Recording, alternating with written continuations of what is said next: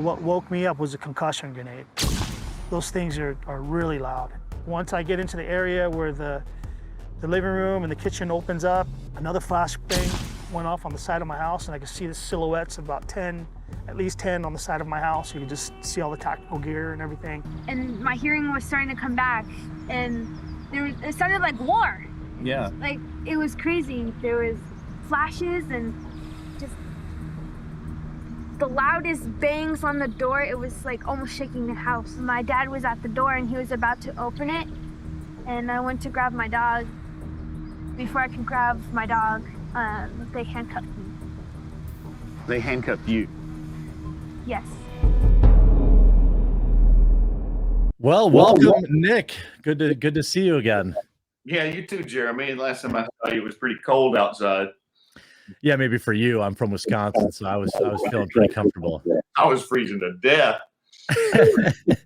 Yeah, we got to meet out in Montana, and then now we get a chance to talk about two projects that you have going on. I want to start with the first one because it releases on Thanksgiving, called Capital Punishment.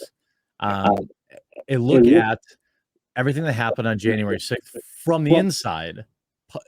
A lot of people, including myself, well, not really myself, but a lot of people only were able to consume what mainstream media said, and the insurrection and all this kind of stuff. And from what I've read about capital punishment, is it takes a much deeper dive, a much more truthful look at things. Yeah, well, I think the movie came about because I was there, and I didn't go there to make a movie. I just sort of went because I'm a great American, and and so we went there, and my partner Chris was there, and we shot some stuff, but not with the idea of making a movie out of it. But after we got home, and you watch the news about it, and we were like, that doesn't look anything like what I experienced. They're totally like, they're only showing this small part of the story. And as we started piecing it together, and we decided to start filming it, originally the movie was going to be called The Trouble with Free Speech, because I thought it was really a free speech issue, that people were being punished for going there to express their opinion. And as the movie developed and we started shooting and interviewing people, that's when the movie kind of it morphed into capital punishment, because the most compelling part of the story was how these decent Americans who never went in the building, most of them went there for the same reason that I did. They're having their doors kicked down by the FBI, and they're being terrorized by their own government. And so that was the story that we were compelled to tell. Yeah, and I'm going to link everybody to the official trailer in the video, because it's very good. One thing, there's six residents of my state that are currently being persecuted for what are, in my opinion, and I'm not a lawyer, trumped up trespassing charges. And we just saw yesterday one of the gentlemen that were there get 41 months in prison for trespassing. Maybe, it's nuts.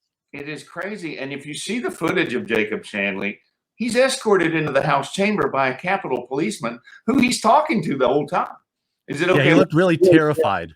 Yeah. And he didn't, he sat up there. He didn't do anything. He didn't set anything on fire. I mean, he didn't turn it into a BLM rally. He just went in there and made a few jokes and posed a little bit and walked out. 41 months.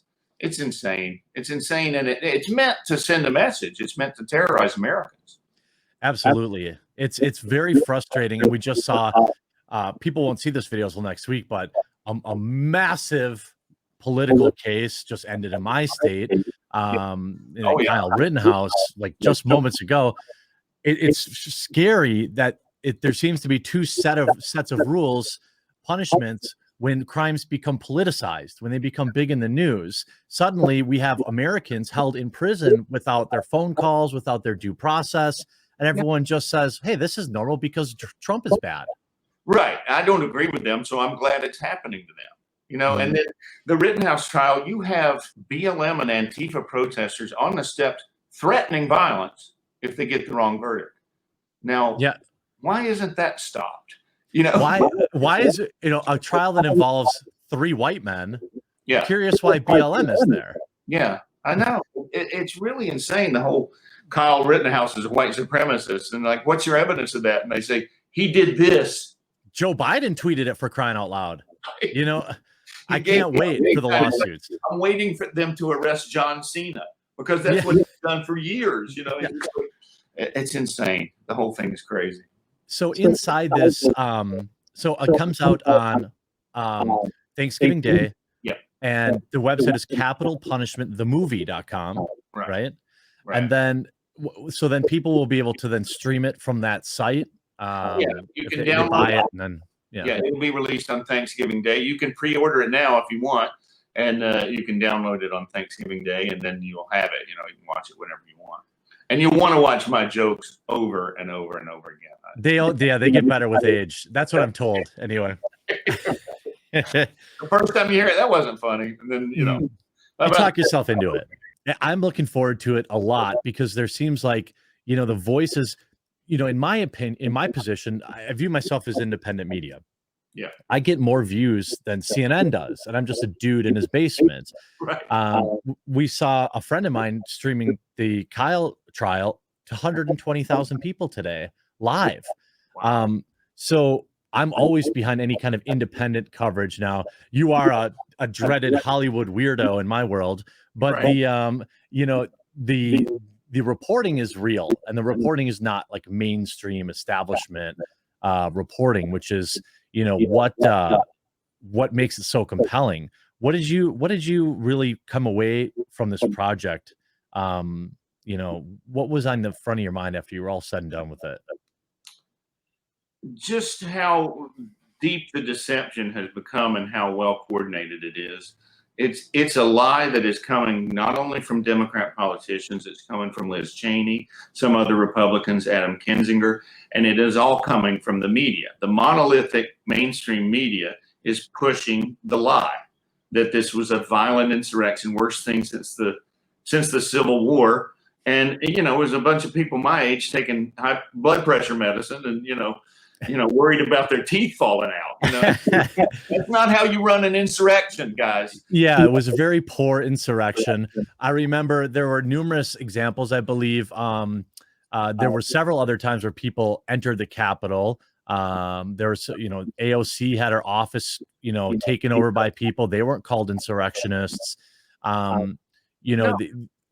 It's so sick how the mainstream media, particularly a few of the channels and the kind of government powers that be, are in lockstep. It's so frightening as a citizen that just look at what they did to Kyle. I know it's on my forefront, but you talk to a normal person on the street, they'll think this kid is a Klan member who was out there shooting a bunch of black people.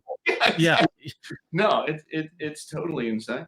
We have two ladies, twin sisters, 74 years old.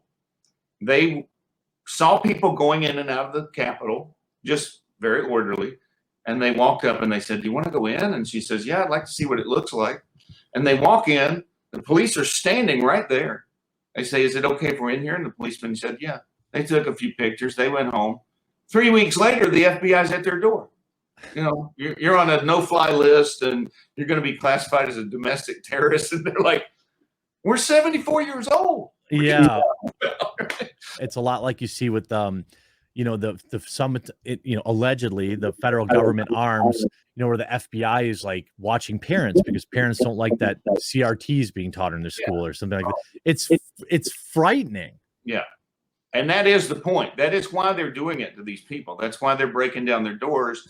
That's why they're invading like suburban neighborhoods with like armored vehicles and 80 officers to take down a man that's never been arrested for anything in his life, handcuff his whole family, including his 13-year-old daughter, out on the sidewalk. They are doing this to send the message, don't mess with us.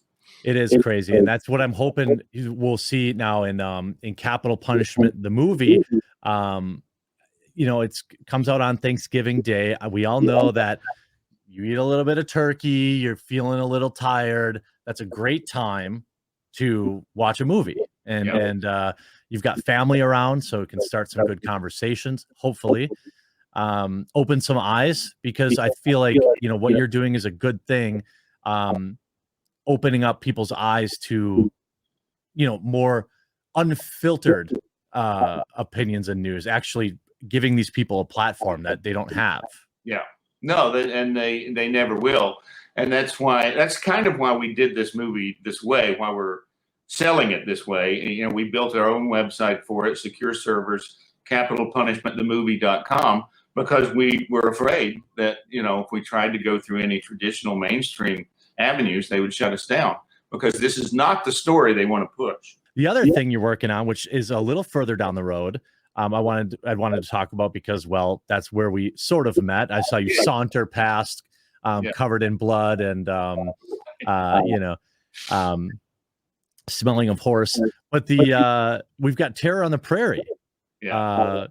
From what I saw, you don't play that nice of a guy in this movie. Yeah, it's I'm the terror. I keep telling people I'm the title role. I'm the title role.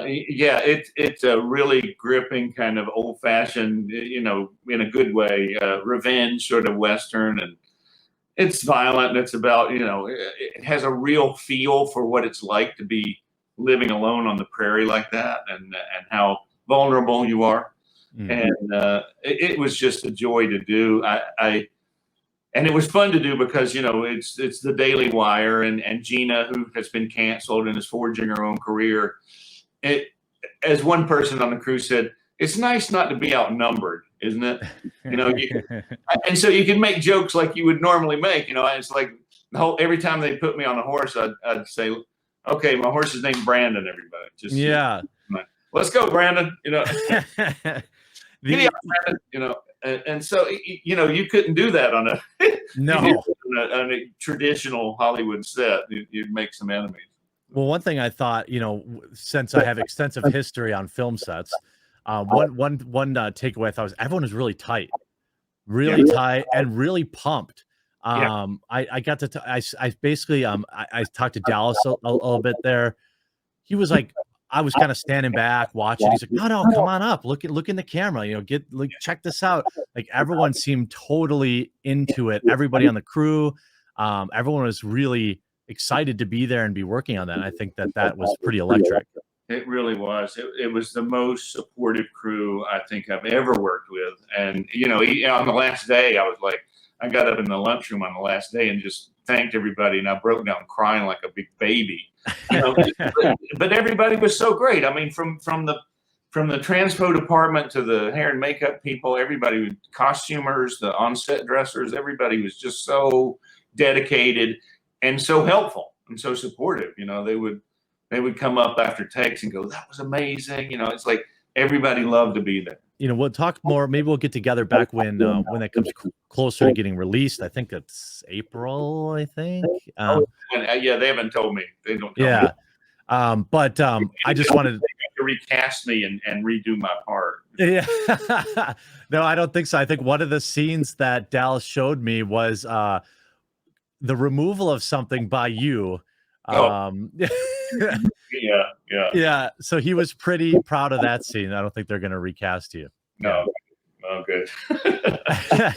You know, the thing that was great about all of us outlaws in the movie, we had all convinced ourselves that we were the good guys. You know, that we're there to avenge a terrible wrong. You know, I won't say what it is because that's in the movie. And so I think that'll help the movie. You know, we were all convinced that she was the bad guy.